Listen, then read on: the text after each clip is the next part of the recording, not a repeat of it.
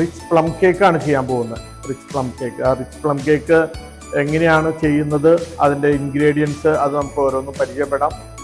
നമ്മൾ 6 മാസം മുമ്പ് സോക്ക് ചെയ്ത ഫ്രൂട്ട്സാണ്, സോക്ക്ഡ് ഫ്രൂട്ട്സാണിത്.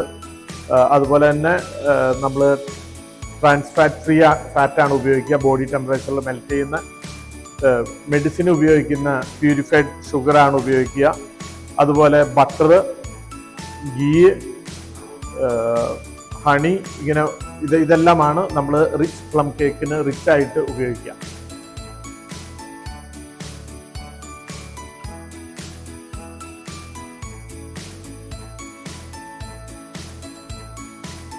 ഇത് ഫാറ്റ് ഫ്രീ ഫാറ്റാണ് നമ്മൾ ഇതിന് ഉപയോഗിക്കുക.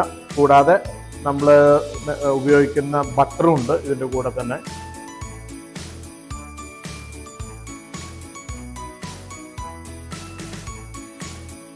ഇത് ബട്ടർ, കാരമൽ, ഗീ, ഈ 3 ഐറ്റം കൂടിയാണ് ഇനി അടുത്തത് റിച്ച് പ്ലം കേക്കിൽ ചേർക്കാൻ പോകുന്നത്.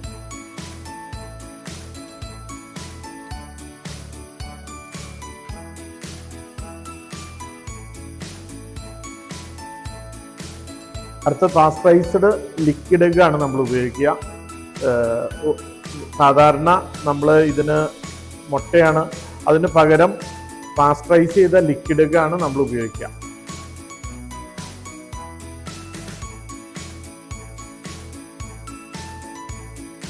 ഇത് റിഫൈൻഡ് വീറ്റ് ഫ്ലോർ ആണ് നമ്മൾ റിച്ച് പ്ലമ്മിനായിട്ട് ഉപയോഗിക്കുക.